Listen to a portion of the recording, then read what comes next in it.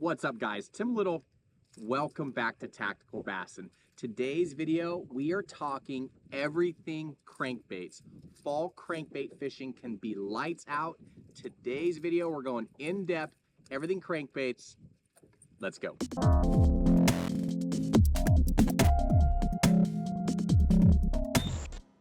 If you guys haven't figured it out already, you guys should know that we are crankbait fanatics.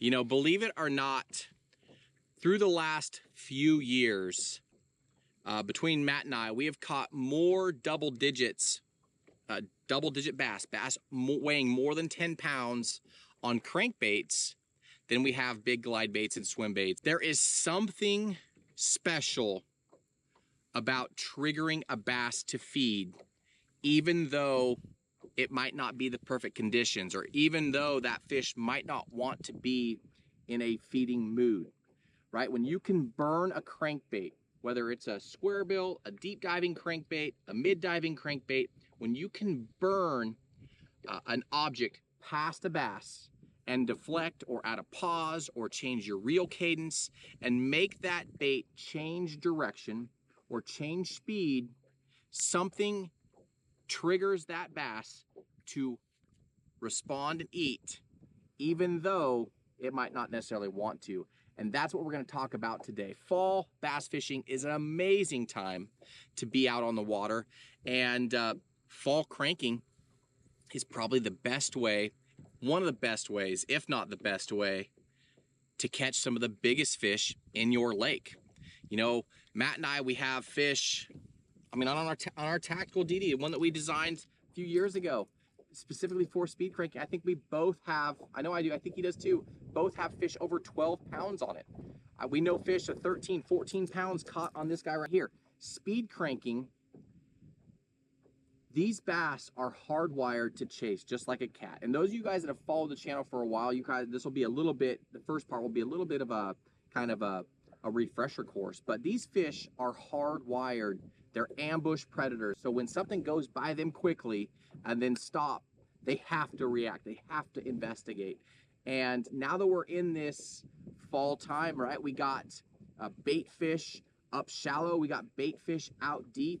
And whether it's a super shallow running square bill or a deep diving crankbait, those are my favorite ways, the best way to catch giant bass right now. So that's what we're going to talk about. Some of the best baits. We're going to talk about colors and actions and dive angles. We're going to go down into, I don't know how deep this rabbit hole will go, but we might peek in a little bit. Crankbait fishing is something that I've learned now through the last several years.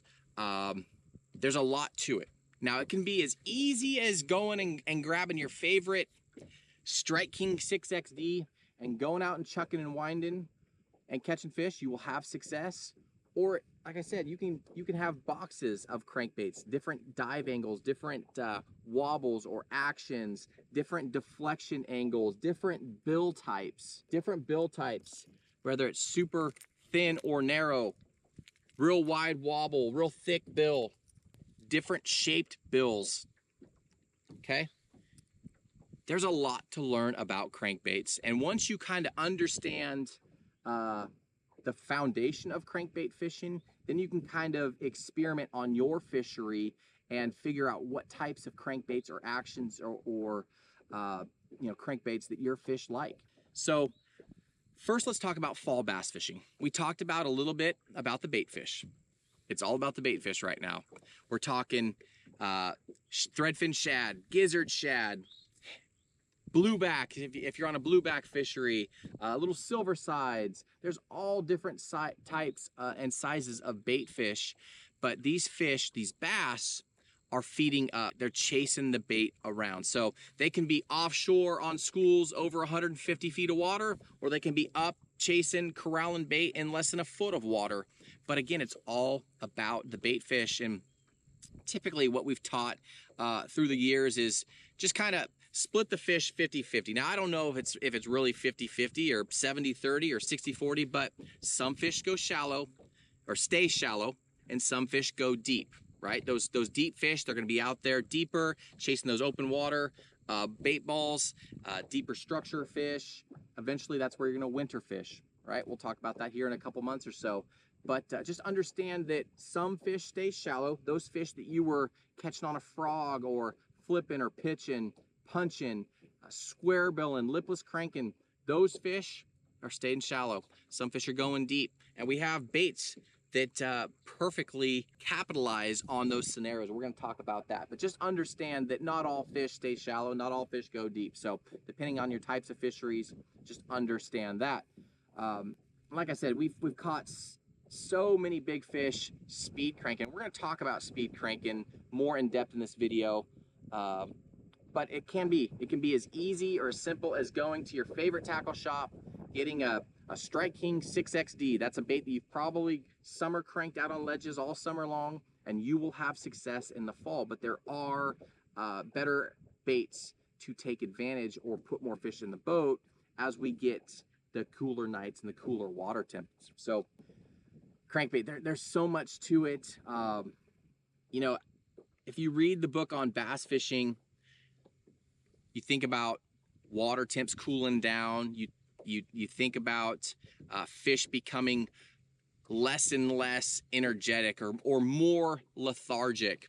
And one thing I want to explain to you guys is we have successfully speed cranked. Now, when I'm talking about speed cranking, I'm talking about burning a crankbait as fast as you can on an 8-to-1 gear ratio reel and having these fish just come unglued from 20 feet of water coming up right up to the trolling motor. I mean, we've had to figure eight them sometimes in water temps in the mid to high 30s, low 40s, cold water.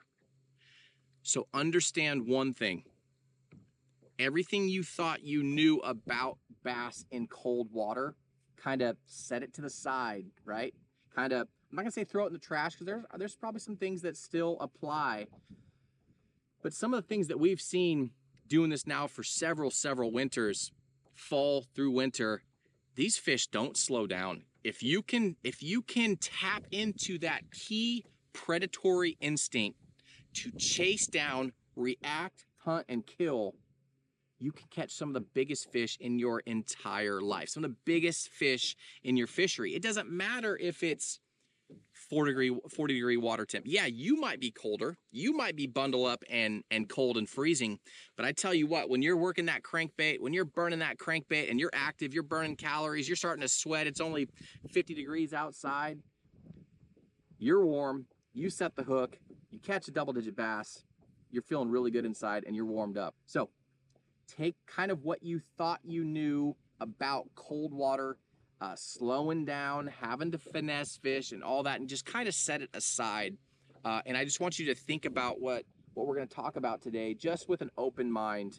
And because Matt and I have had success, a lot of you guys have had success. I can't tell you how many comments or messages or emails we've gotten where you guys have speed cranked your personal best, and we love to hear that. It's so fulfilling and exciting to hear you guys take what you've learned speed cranking and catching your PB.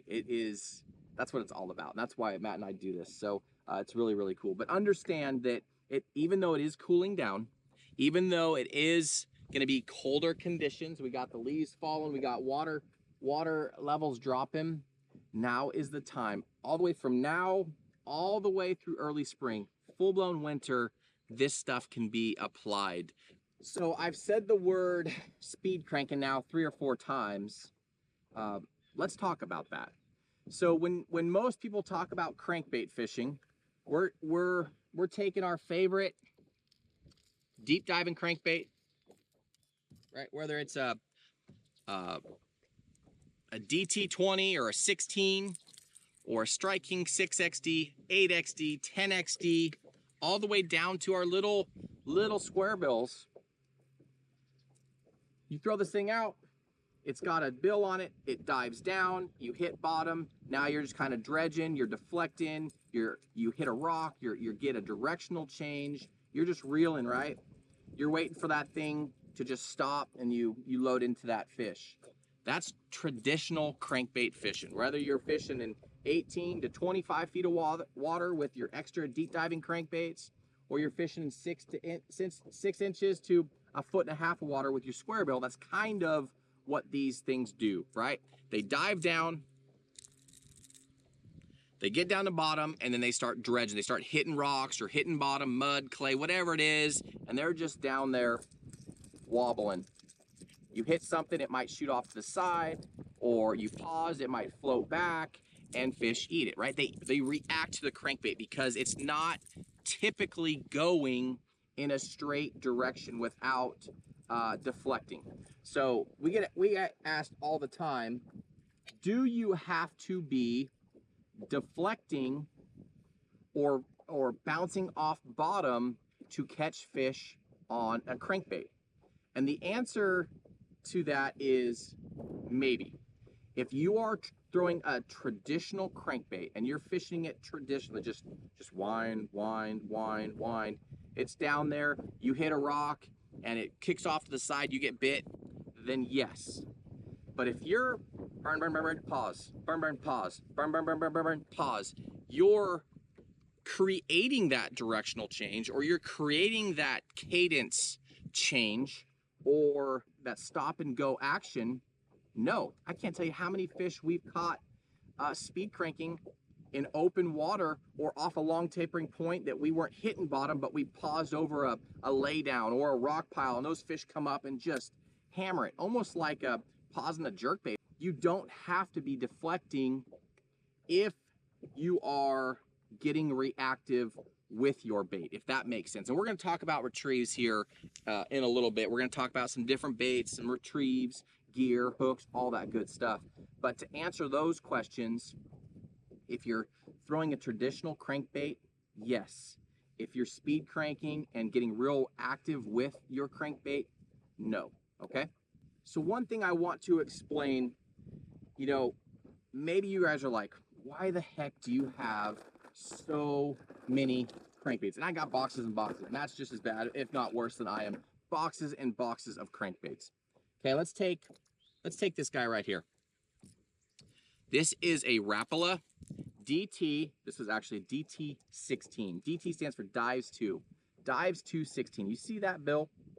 Okay, you see that angle? Different crankbaits are going to have different dive angles, different angles that they dive at.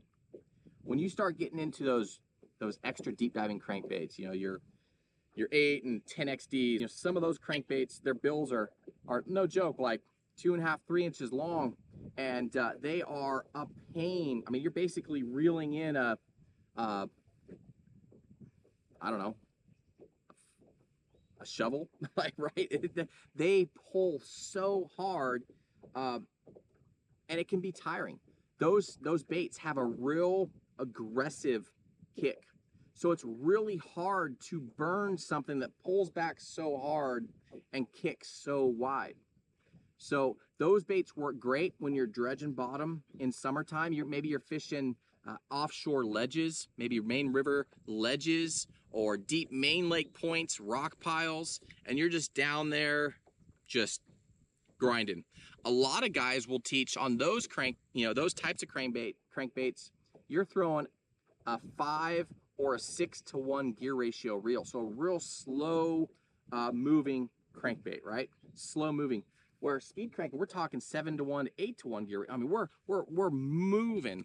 And that's why these baits specifically we're going to talk about, because they have real thin bills. Even though they have a deep dive angle, some of them, they get down quick. They're not hard on the shoulder or elbow or back or neck to throw. You can burn this thing all day, and you're not going to with the right gear, you're not going to wear yourself out. But understand the dive angle.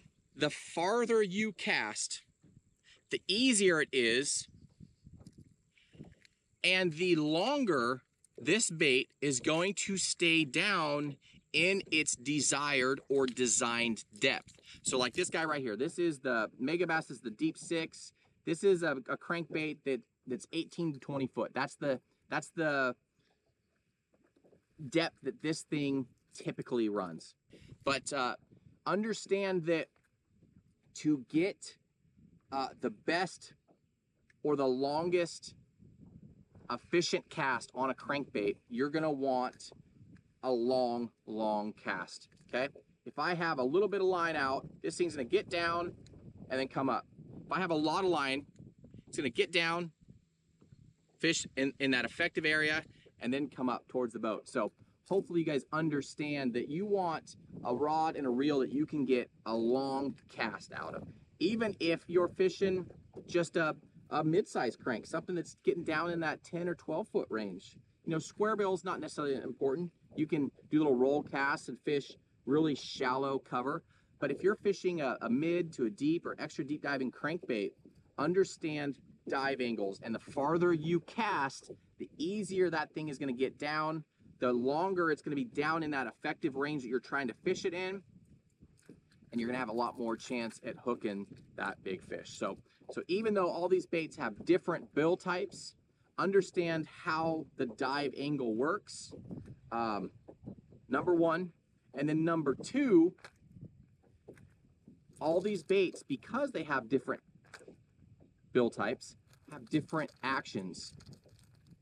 These guys are really tight wobbling. A 6XD, 8XD is going to be real wide wobbling. Again, we're talking warmer water, more aggressive water wobble, and it's going to be more aggressive on your body. But these guys with their real tight wobble, that real steep dive angle, they're really easy to fish. So just wanted to kind of cover bills and how they work.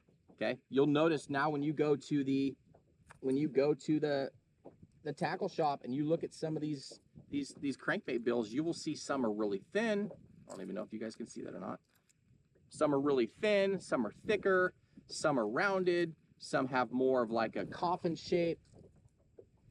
Okay, just completely different shape, and that's going to affect how they wobble, how they swim. So today we're going to talk about specific baits that you should be fishing from now all the way through early spring.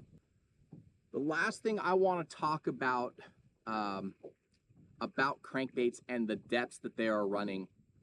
For me, for Matt, that kind of this time of the year, now different fisheries are different, right? But this time of the year, even though there's some fish up shallow, there's some fish out deep, kind of that 12 to like 18 foot range for us is kind of like that magic depth. That's the depth that we've had a lot more success with bigger fish. Heck yes, you can go and you can take a little BTC 50 and burn up less than 2 feet of water and catch a ton of fish. But the chances of you running across a true giant up shallow are a lot smaller. Yeah, you can, we have, but the chances of you running across that, it's got to be perfect conditions, right? Those fish have to have those bait balls up shallow. They got to be actively feeding, or at least pinning up those fish up shallow, and you just got to get it right in front of that giant. Whereas when you step out, you get out of that little bit shallower water and you get in that 12 to, like I said, 18 feet. A lot of times, a lot of fisheries that we fish, that is where we talk about the color line. And the color line is basically that line in the water where you can no longer clearly see bottom. It's darker, the light doesn't penetrate all the way down, and the fish can just ambush out of that better, right? They can sit down that dark water, they can look up into the shallows, they can look up into the lit water, and the bait fish are gonna be backlit. It's easier for them to ambush and hunt from, and I think that's why we get more bites, big bites, out of that 12 to 18 foot range, at least the fisheries that we fish. Now that's totally depending on water clarity and such, but you know, if you got a blown out fishery, maybe you get a late fall storm, maybe it's a warm storm, muddies up the water, now that color line is in that like 3 to 5 foot range, 100% you could square bill a giant, right? They feel more comfortable. Those big fish, they don't get dumb with old age, right? They get smarter, and those fish are wary. They come up. They like to ambush. They like to be good with their I guess kill ratio, for a lack of a better term. They want to be efficient. They don't want to burn a ton of energy, and they want to feel safe. A lot of those big fish get really spooky, really wary. You'll see it in the springtime, right? When they're coming up to stage to spawn, that clear water, they kind of get little antsy and spooky. So play around with that, or pay attention to that color line, because that's where those big fish are going to sit. If you can find that color line in, like I said, 12, 15 foot of water, and maybe you find a rock pile or some hard cover out there off in that depth range that we're talking about, where that crankbait can get down and deflect, or you can add those pauses, that's where you're gonna get your bigger bites. Now, beginning of this video, I talked about some fish going offshore, right? Those are the fish that you're never gonna be able to touch with a crankbait when they're out there, 50 feet of water, right? But those fish that do come into that 20-foot range, maybe it's a long tapering point, you got some rock out off the end of it, and then it breaks off to deeper water, has some deep water access. Those big ones are gonna hang there too. We're gonna talk about, we'll talk about locations here shortly, but just understanding how to apply the proper depth diving crankbait to the scenario, or the depth that you need to effectively fish, and the scenario you want to look for, the depth where you think that you will have a better shot at a PB or a big bass. So understand the dive angle, understand those long casts, the color line, how these crankbaits work. Once you start putting all these pieces together, that's when you're going to have true success. Understanding how these different crankbaits work, when to apply the different ones, then you'll understand why there are so many, and how to apply them to your fishing. But we're going to give you about 4 or 5 key ones to fish right now through the fall. So now that we kind of covered how to best utilize a crankbait, whether it's a square bill or a deep diving crankbait, a mid diving crankbait, I like to separate my crankbaits into a couple categories, right? If I'm speed cranking, I have a category. If I'm traditionally cranking, I have a category, and then we'll throw a third category in there. We'll throw like rock, okay? So right now, if I'm just gonna go out there and I'm not set up to speed crank, and I'm gonna do some fall bass fishing, and I want to throw a crankbait, these two guys right here have worked really well for me, and the whole series works really well for me. It's the DT series by Rapala. They got the DT 4, 6, 8, 10, 16, 20. They have all of their different dive depths in the name of the bait. So we got a DT 10 right here, we got a DT 16 right here. But this crankbait really shines. Again, we're going away from those really aggressive kicking crankbaits. Now that we get into that colder water, that's where these kind of tighter wobble crankbaits really come into play and shine.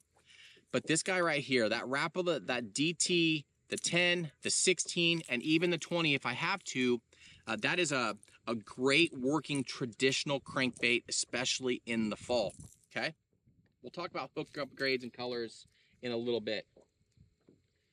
That's if you guys want to go out and just grab one crankbait right now that you can fish all the way through fall, I'd go with like a DT 16. Okay, and we'll link all this stuff down below in the video description. You don't have to memorize all this with the different bills and all that stuff. But if I was just going to grab one for just you want to try crankbait fishing, that guy is an awesome place to start. Again, that whole DT 16 is dives to 16 feet, dives to 10 foot, right? So now you can apply that to your fishery, where that color line is and where that structure, that rock is, okay? We got that out of the way. Now let's talk about speed cranking. This is truly where you have the best shot at catching your PB, catching some of the biggest fish in your fishery, and possibly a fish of a lifetime. Matt and I won't even talk about our crankbait until last in this category, because there's 2 other really good crankbaits for this that we've taught throughout the years. So if you are a guy that is wanting to experience or try out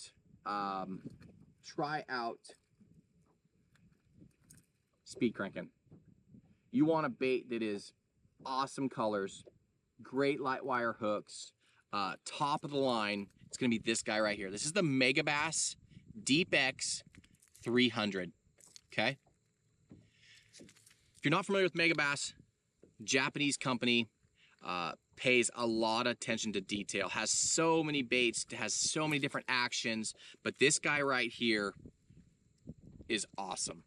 The Deep X 300. It's, if you're fishing like that, I'd say like 12 to 15 foot range, this thing has caught big ones for us, okay? Megabass Deep X 300. If you want one, that guy right there. Now, if you need a bait that has to go deeper than that, that's where this guy comes into play. This is the Deep 6. That's like 18 to 20 foot range. Okay, you'll notice that these bills are paper thin, super thin. It's a really, really easy crankbait to fish. It's a really easy crankbait to get down to those depths. You're not gonna wear and tear on your shoulder, your elbow, your wrist, okay? But Megabass, just like the Rapala, the DT, the Dive 2 series, the Deep X 300, that 12 to 15, that Deep 6, 18 to 20, those two baits right there are awesome. Matt and I have caught a ton of big fish on those guys right there. Okay, the thing with the Megabass, it comes with like the outbarb hooks and stuff. So if you need to, we're gonna talk about some hook upgrades here in a little bit. But the thing about the Megabass is you get so many awesome colors. You get that true JDM kind of feel, finish and fit and finish on your baits, okay? But those guys are special. So how Matt and I came about designing our own crankbait, we wanted a cold water crankbait specifically for speed cranking. There were some good baits on the market, but at the time no one was teaching speed cranking. I don't even know that it was a thing. I remember Matt and I, we had 33 trips in a row through the fall and winter that on a speed crank we had over a 30-pound bag. Several fish over 10 pounds. 10s, 11s, a couple 12s, giant fish. No one was out there. We had the lake to ourselves, cranking. Even as it got colder, we had the lake to ourselves. But that's what happens in the fishing industry. When a bait is designed, sometimes it shines in a different technique that it was actually designed for. And some of our favorite baits, luckily these guys are still around. They're one of the only ones that really survived because honestly, I think it's because they have the Megabass name. Megabass is held in such high regard. They're just such a great company that these guys stuck around, whereas some of the other good ones didn't. They just kind of got discontinued, and there was a hole in the market for a bait that would fish like that 12 to like 18, 17, 18 foot range. That was a good sounding bait, right? Had the right rattle that we wanted, had the right sound, the right action. Of course, there was still a lot of crankbaits on the market, but it didn't fit that niche or that speed cranking, colder water technique that we had grown to love. And so through the last through a couple years, Matt and I, we got to design the Tactical DD 75. DD stands for double digit. I can't tell you how many doubles we've caught on this bait, but these are our three favorite: the Deep X 300, the Deep 6, okay, and then the Tactical DD. Those are our favorite baits to speed crank with. Now, designing a crankbait, Matt and I don't talk about it a lot, but there's a lot to it. You want to have the right dive angle. You want to have the right wobble. You want to have the right sound. You want to have the right float, right? You don't necessarily want a bait that when you burn, pause, that it shoots to the surface. You want that right speed to back into that fish's face to make them react. So luckily for us, River to Sea was a local company to us at the time. Simon is the owner, a great guy. He had a test tank in his warehouse where we could put microphones underwater. We could put cameras alongside and look underwater. And we spent a long time perfecting this bait, and couldn't be more proud of it. It's just been, and not just for us, just the amount of people that have caught their PBs or giant bass on this guy. It's when you can get aggressive with a bait, when you can get aggressive with a crankbait. Now, a lot of crankbaits, when you try to speed them up, what happens? They blow out, right? They blow out, they start kicking to the right or kicking to the left. They won't stay true. Again, you gotta kind of tweak some of these crankbaits a little bit. If they get off center or you're catching too many big fish, might bend that little line tie up just a little bit, and you can just make a little adjustment with your pliers. But a lot of those crankbaits aren't necessarily designed for going that fast and getting that reactive. So that is why, man, the wind's really picking up. So that is why we spent so much time and developed the Tactical DD. It's not just to become bait makers or anything like that. That's never been a goal or anything that Matt and I even want to do. We try to patch holes in the market that are there inadvertently. You know, maybe there was a great product that got discontinued, but we think that we could make it better, add some tweaks or change the sound or action a little bit. And that's how we came up with that. The other, windy. I'll try and edit some of this wind out of the sound. The other category I want to talk about is fishing around rock. Now you can see up here on the shoreline, this is just sparse rock. That's not what I'm talking about. All those crankbaits will do great in that type of rock. Some with the thicker bills a little bit better than the others. I'm talking about like your riprap on the dams, right? That real, just lots of rock. Riprap on dams. Maybe you're fishing Dale Hollow where it's bluff walls of just hard rock, granite rock. Your Orvilles and Shastas where you fish those bluff walls, you have that hard bottom. That is where I like to throw this guy right here. This is the Rock Crawler 55. Okay. It's a Spro crankbait. It's a real kind of a more of a almost like a square bill type bill. This thing deflects extremely well off of rock. So we're not necessarily speed cranking and generating those bites, burn, pause, like we are with the speed cranks. It's more using that big wide bill, getting down there and deflecting off of the rock. This bill's gonna last longer. It's made for it.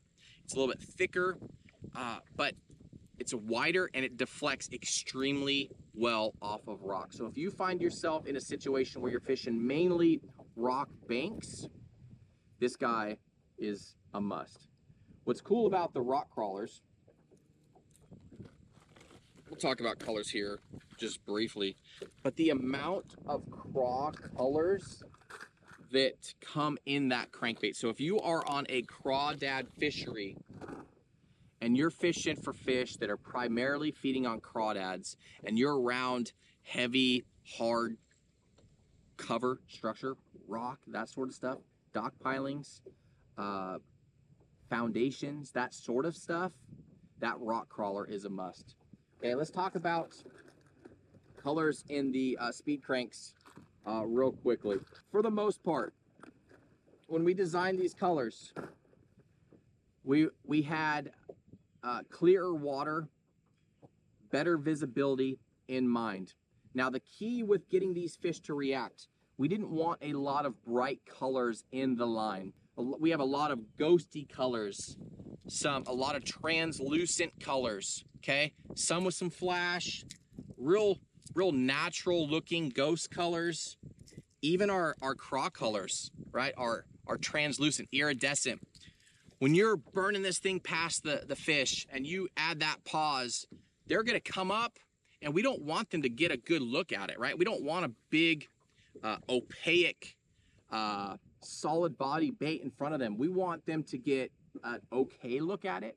We want it to have that natural presentation, maybe a little bit of flash, some scale patterns, whatever, But when you're burning that thing past that fish, and then you add that cadence change or that directional change, that pause, that fish is going to look and eat, right? It's not getting a good look at that bait. That's where the Megabass stuff is so good, so realistic. You know, this bait is a solid bait, but for the most part, their colors are extremely realistic, extremely good. Some of my favorites this time of the year.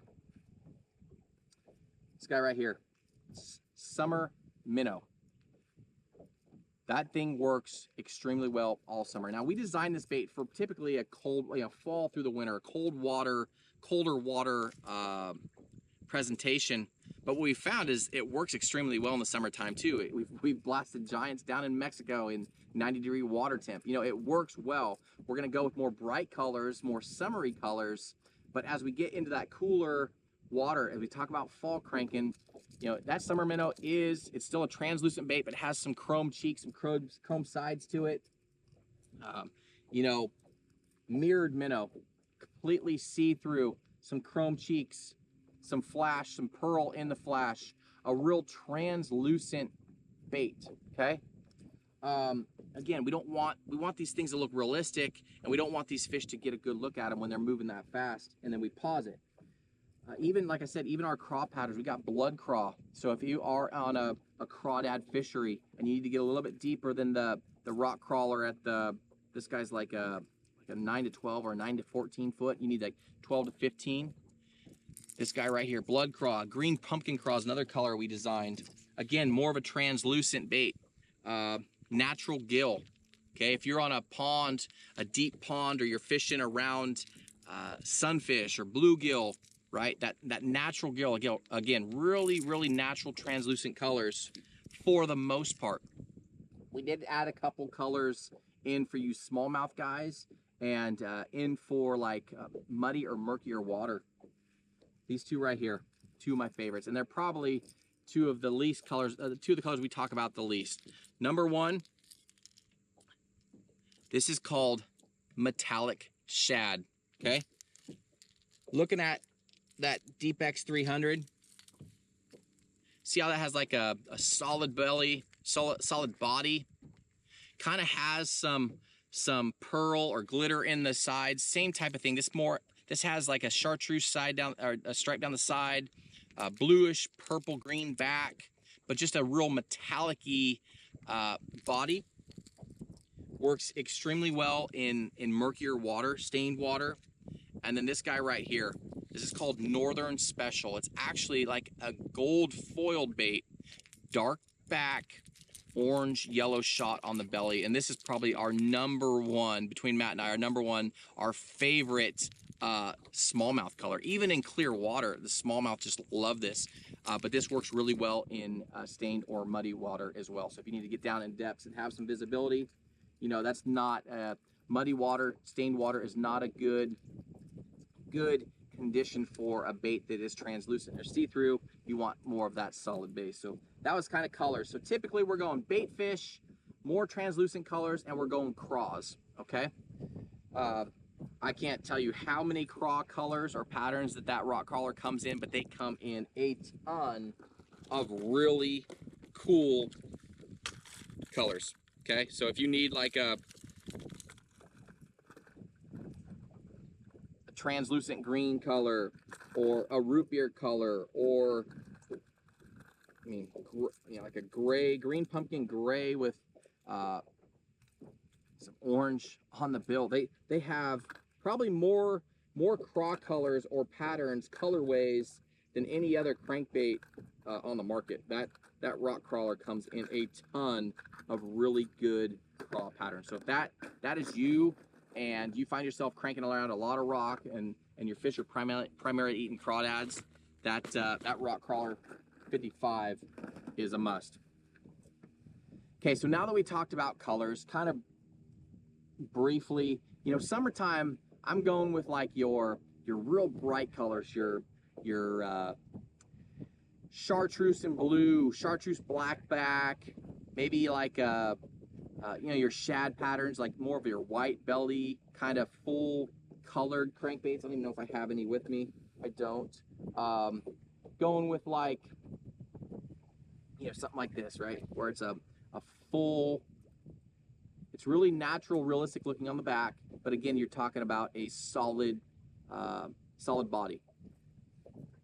As we get into that speed cranking, clear water, typically when the water temps drop, you start getting kind of clear water, and that's where those clear translucent baits really work. Those kind of ghostier colors. A couple more crankbaits for you, and then we'll talk about some hook upgrades. We'll talk about the actual, I'll show you some retrieves and stuff. But one of the, if not the most missed category in all of crankbait fishing, you know, most people talk about the shallow crankbait, the square bill, or the deep diving crankbait, or the extra deep diving crankbait, but that like 8 to 10 foot range, that is, if you're on a fishery where that is your color line, that's your ambush line, that's the depth these fish are in, man, it can be lights out, because a lot of guys don't throw crankbaits in that depth. You know, I talked about that Rapala, that DT10. That DT8 is also a really good bait in that category. But this guy right here, it's a smaller profile. You can throw it on lighter gear. This is the Megabass. This is the Z2. It goes down about 10 foot. You can see it's got real small hooks on it, more of a finesse crankbait. You can burn it, you can speed crank it. But again, the Megabass, you're getting the better terminal tackle on your bait. You're getting the better colors, okay? You don't necessarily have to change out your hooks if you don't want to. I typically change out all of my hooks because I'm fishing for big fish. We'll talk about that here shortly. But that little Z2 comes in a Z1, a Z2, and a Z3. But look at this compared in size comparison to this guy right here. That's the DT10. Can you see how much smaller that is body-wise? So it's a really cool bait that gets down fairly deep in that mid-range. But if you're a guy that wants to crank that, you know, 8, 10, 12 foot range, that guy right there is awesome. And then last but not least, let's talk real quick about the shallow cranks, because like I said, you can catch a lot of fish this time of the year. And you might run across a few big ones. Like I said, I think you're gonna have a better shot catching them in that little bit deeper water. They're less finicky, less spooky. But 3 of my favorites. We'll go shallowest to deepest for this time of the year. You know, I talked about a little bit earlier, talking about baits just leaving the market or getting discontinued or what have you. For the longest time, you know, one of my favorites was still is one of my favorites, the Lucky Craft, the BDS 1 and 2. That was a really small, the 1's a really small square bill, 2's a little bit more of like a bulbous, kind of a chubby kind of a square bill, a lot bigger frame body, but it shined extremely well in that shallow water, less than 2 feet of water. Okay, and then it got discontinued for many years, and it came back, I think, at last year, the year before. That's a great square bill, the BDS 1 and 2. While it was gone, this guy right here became my favorite. This is the Spro Fat John 50. This thing can run in like 6 inches of water. Look at, so we talked about dive angles and bill shapes and stuff. Look at that bill. Look at that guy. It's almost like a wake bait. You can fish this thing extremely shallow. I mean, I'm looking at 6 inches of water up there. I can throw this thing, I can baby it out of maybe there's mud or grass or dying grass. I can go extremely shallow. I'm sitting in, my graphs aren't on, but I'm sitting in like 2.5 feet of water, okay? I can get extremely aggressive with this bait. Again, we're talking about speed cranking on a little bit different level, but this guy right here, it goes, I'm gonna say 6 inches to a foot. This guy right here is awesome. Again, that's like a matte shad color. Really realistic looking color. Again, you want this thing moving. Burn, burn, burn, burn, pause. Burn, burn, burn, burn, burn, pause. We're gonna talk about retrieves here in just a second. Really show you guys how to speed crank. The next one up, this guy right here. This is the Demiki BTC 50. Again, same size profile as that Fat John 50, but more of a bulbous, kind of a chubbier, wider bait. But again, 0 to 2 foot. This thing is awesome. And then last but not least, this is the Atlas 55. I put this one in there because it is extremely loud. So if you find yourself in a muddy situation or a situation where you want to have a loud bait, get their attention, that little Atlas 55 is a great little square bill. Again, this is like a 3 foot range. So again, extremely shallow. Now, typically, just like I talked about with those big fish kind of being skittish up shallow, I typically like a more of a silent or a one knocker or just a subtle rattle. But there are conditions where that Atlas 55 really shines over the other two, the kind of the more subtle rattles of the other two little square bills that I showed you. Okay, completely silent. All right, now since I'm holding this, let's talk about the retrieves. Okay, so first off, we're throwing the Tactical DD75. This is a bait, or we're throwing the Deep 6 or the Deep X300. These are baits that you do not have to be hitting bottom to get bit. You don't have to be grinding bottom to get those directional changes, right? So we make a nice long cast. Again, the farther the cast, the easier it is, the less resistance. It's that dive angle.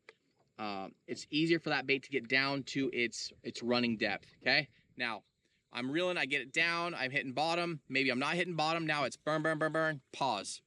Burn, burn, burn, pause. Burn, burn, burn, pause. Now you'll see as I pause, I'm going to it. I'm actually giving that bait some line. Now, if you're throwing braid to leader, you don't have to do that because braid is more, there's no stretch, so it's more reactive than fluorocarbon. But let's just pretend that I'm throwing fluorocarbon. We're gonna talk about line in just a second, but I'm throwing fluorocarbon, straight fluorocarbon. It's easier, I don't have to tie, I don't have to worry about tying connection knots, what have you. It's just easier to deal with, clear water, whatever. I do have to, it's still, even though it stretches less than monofilament, you still have a little bit of stretch. So as you pause, it just kind of slows down.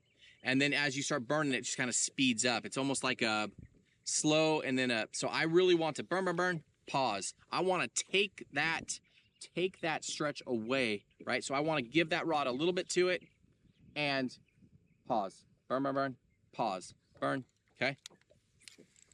Get it out there, nice long cast, get it down, pause, burn, burn, pause, burn, burn, burn, burn, burn, pause, burn, burn, burn, pause.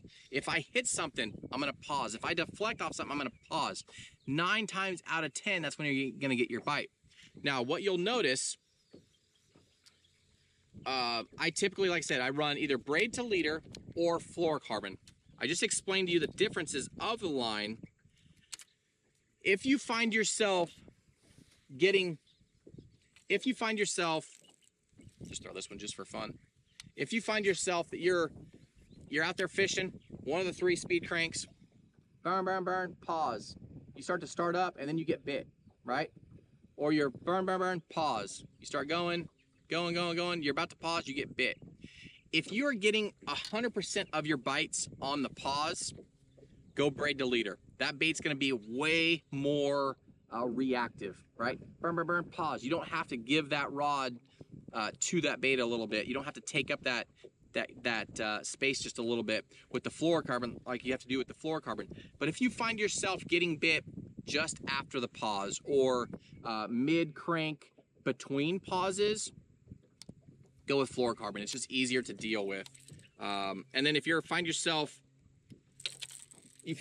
fishing current, right? A lot of times you're fishing lakes dropping water and there's current on outside bends or backs of creek channels going out to the main lake or whatever. You're just reeling, burn, burn, burn, burn, burn. You're still reeling it fast, but you don't have to necessarily add those as many pauses or cadence changes into your retrieve. Okay, so just play around with that. Burn, burn, burn, burn, burn. Slow down. Burn, burn, burn, burn, burn, burn, burn, burn, burn, burn. Okay. But if you, like I said, if you find yourself where it's burn, burn, burn, pause, burn, burn, burn, pause, bam,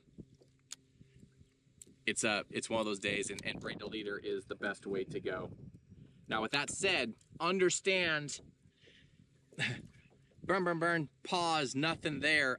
Sometimes they'll take the rod out of your hand, right? They hit that bait going the opposite direction. But a lot of the bigger fish, you won't even know they are there or have eaten until you go to start your burn again, and it just loads up, and then you're like, oh, and then it's a couple head shakes, right? It's those fish, you know, that crankbait's going, they're coming up, they're falling, it pauses, they just open their mouth and suck that bait in, and so a lot of times they're coming to you a little bit, and so you're just, all of a sudden your bait's just gonna disappear. You're gonna burn, burn, burn, pause, nothing, nothing, nothing, load up, oh shoot, right? So be cognizant of that as well. So that's really the cadence right there, guys. Burn, burn, burn, pause. You know, we laugh, or we joke about it all the time, about making some t-shirts, and maybe we will, because you guys are always making those jokes, but adding your own directional changes, adding your own cadence changing, you know, when that bait is burn, burn, burn, pause, and it slowly backs up into that fish's face, they have to eat. It's just, again, we're talking about that key predatory instinct. They have to eat. A lot like dragging something by a cat, right? We've talked about that cat and mouse game. You take something, whether it's a laser or a whatever, right? And you move it past a cat really quickly. You drag something past a cat really quickly. It's gonna jump up and react. It's gonna pounce, even though it wasn't even hunting, right? Same type of mentality. All right, so we talked about reels. We talked about the retrieves. Let's talk about some terminal tackle upgrades real quick, because that is extremely important. I would hate for you guys to go through all of this and then hook that fish of a lifetime or hook that giant and then have that thing come off because you pulled off a split ring or you had a light wire hook bend out. Typically, I'm running new split rings and hooks on all of my crankbaits, only because I don't want to lose. I've lived that.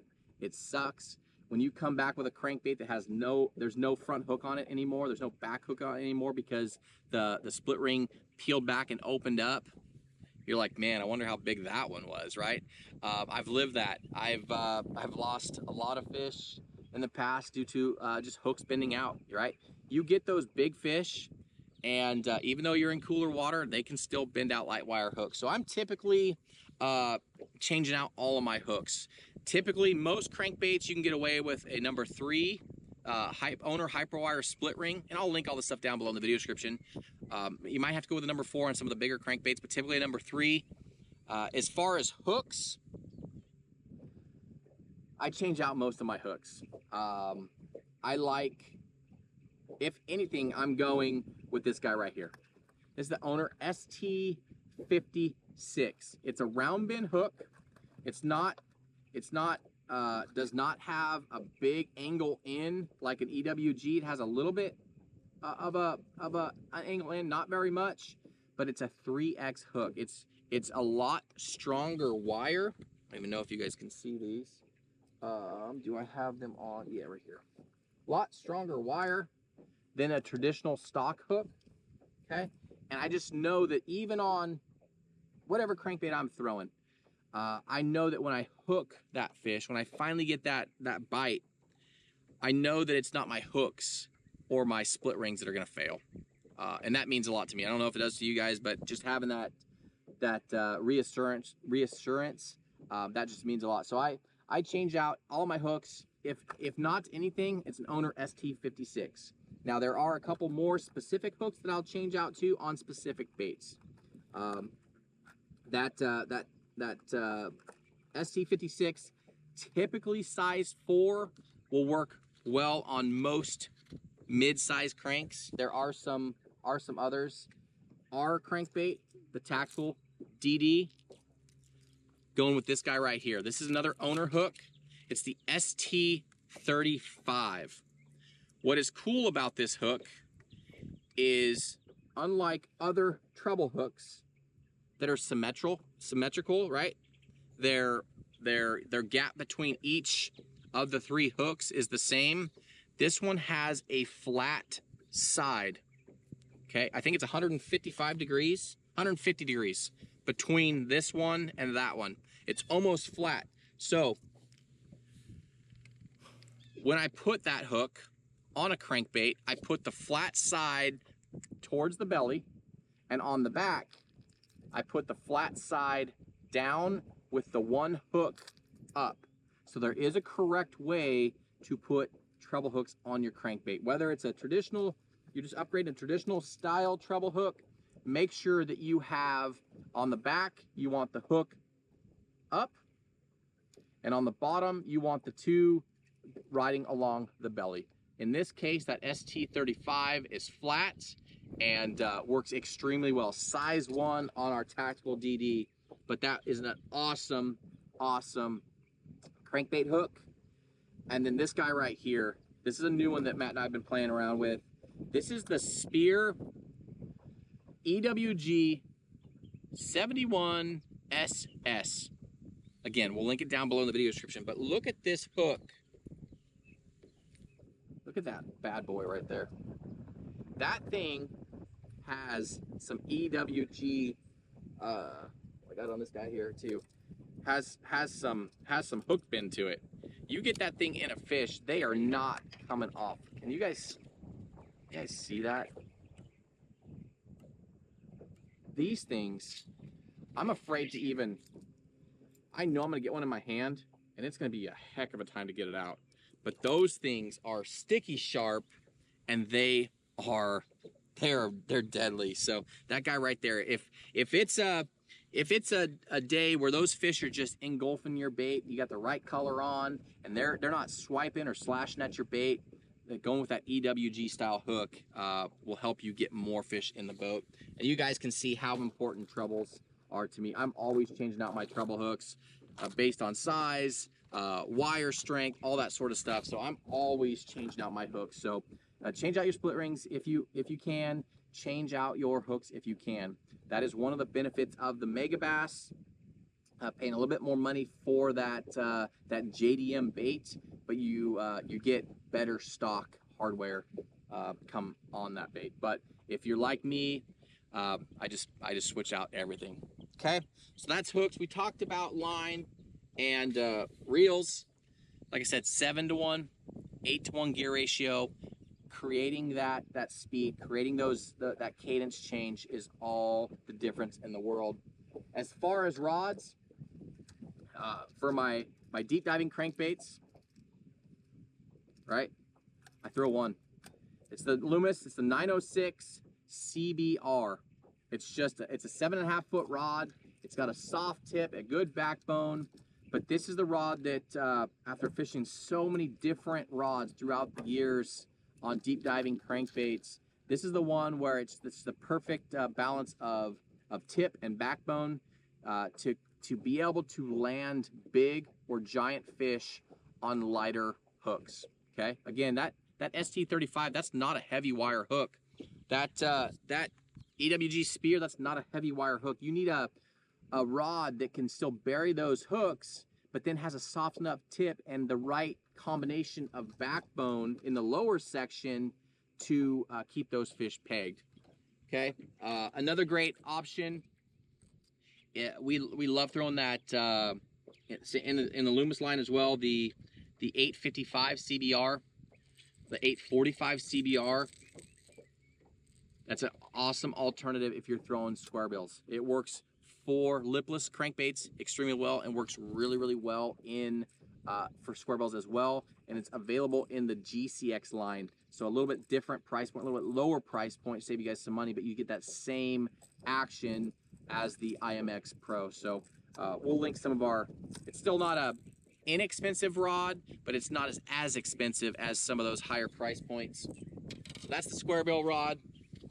And for the little shorties or the little shallow guys, I like throwing, this is a 6'8" medium. It's a Croy, St. Croix Legend Tournament. Okay, this is actually their jerkbait rod, but it has a soft tip, allows me to cast really light baits, really shallow baits, extremely easy roll casts. A lot of times fishing square bills, even though I'm up shallow, I might be fishing around overhangs or dock pilings, or I want to throw into a slip of a dock. So having that shorter rod is really key. And then I have it paired up with a Corrado 70. Again, braid to leader. This is actually 20-pound braid to 15-pound. See, I got it actually labeled there on the reel, but that's a cool little combo for just being able to do little roll casts, little whip casts around. Again, long casts aren't necessarily as important for the dive angle, dive depth on the shallower crankbaits. All right, last but not least, guys, and I know we've covered a lot of information, but let's just talk about the wares, right? As far as the deep diving crankbaits, the mid diving crankbaits, those fish are all about hard cover. As the air temps drop and the water temps drop, a lot of your soft cover dies. Your grass starts dying back. We've taught, through that fall transition, summer to fall transition, fish that were out on those big, massive grass flats, as that grass dies, they pull to the hard cover. Stumps, docks, laydowns, that sort of stuff. Same thing with the little bit deeper fish. They're gonna be pulling out to the main lake points. If there's a rock outcropping on a main lake point near a creek channel or a current, a bend in the river, something like that, they're gonna be right there on that edge. They're gonna be on that hard structure, rock piles, that sort of stuff. Anything that's outside, that 12 to 20 foot range, anything you find on your side imaging or what your electronics, whatever you find, those fish are gonna be staging up on that. So outside structure, bluff walls with rock. If you get, you get a main lake point, and then you start heading up lake, and you might have a channel swing when there's a bluff wall. Some of that water is going to erode that bank, and it's going to have real hard wall, bluff wall. Those fish are going to hang right on that rock right there. Oh, what else?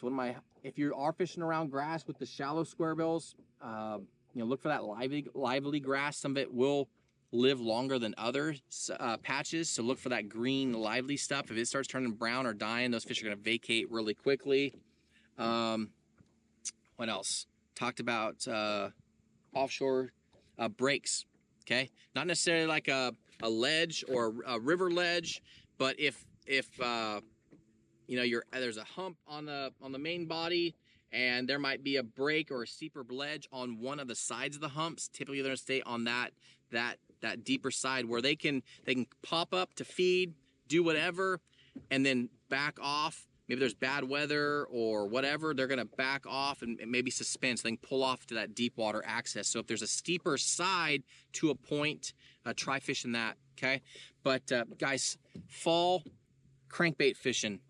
Crankbait fishing as a whole is just a giant topic, it's a giant category, and I know that I've talked for a long time. I just wanted to cover the basis for you guys and go a little bit more in depth on some of the stuff for you guys that wanted it. But fall bass fishing is an amazing time to be out on the water. You get the right pieces to the puzzle, you get the right weather conditions, water conditions, you could have some of the best fishing of your entire life. And it's going to go from now for the next couple of months as these fish are feeding up. They're chasing bait around. They're finally more comfortable in that cooler water temps, more oxygen in the water. They're willing to run around, to hunt, to chase, and eat. And now is a great time to be out on the water catching them. There's days where I'll be throwing an underspin or an A-rig, and I feel them, short striking or hitting the blades on my A-rig, and I switch over to a crankbait. Guess what? It's pretty hard to short strike, that guy right there. So if you find yourself in those conditions where you've been throwing an underspin out in that 12, 15, 18 foot range, and doink, doink, and you're just not getting that full committal, they're short striking the blade, maybe you have some stained water, they're seeing that flash and not the bait that well, try switching over to a crankbait, and you guys will have success. If you haven't played around with speed cranking, guys, I highly recommend it. Again, we designed this bait specifically for it. It's going to shine all the way now through early spring, and it just works, guys. I promise you. So give that a shot. I will link all these products down below in the video description. It's going to be a long video description, so I might give a couple favorite colors in each bait. You know, we'll link the hook upgrades, the gear, all that good stuff, but we might run out of room. We'll see. But guys, thanks for sticking out a long one with me. I wanted to cover, you know, just crankbaits as a whole is a giant category, and I don't think a lot of guys understand how detailed you can get with a crankbait, and how you can take a crankbait that's not necessarily right for that condition and make a little bit of switch or a little bit of an adjustment and have some of the best fishing of your entire life by just changing the action of your crankbait, changing the depth of your crankbait, changing the cadence and the speed of your crankbait. So guys, if you have any questions, I'm sure you will, please leave those down below in the comment section. I'll try to get those as soon as possible. But as always, we appreciate the support. I know this was a long video, but the information's there, guys. If you learned something from it, hit that like button, subscribe to the channel, and we will see you guys on the next video.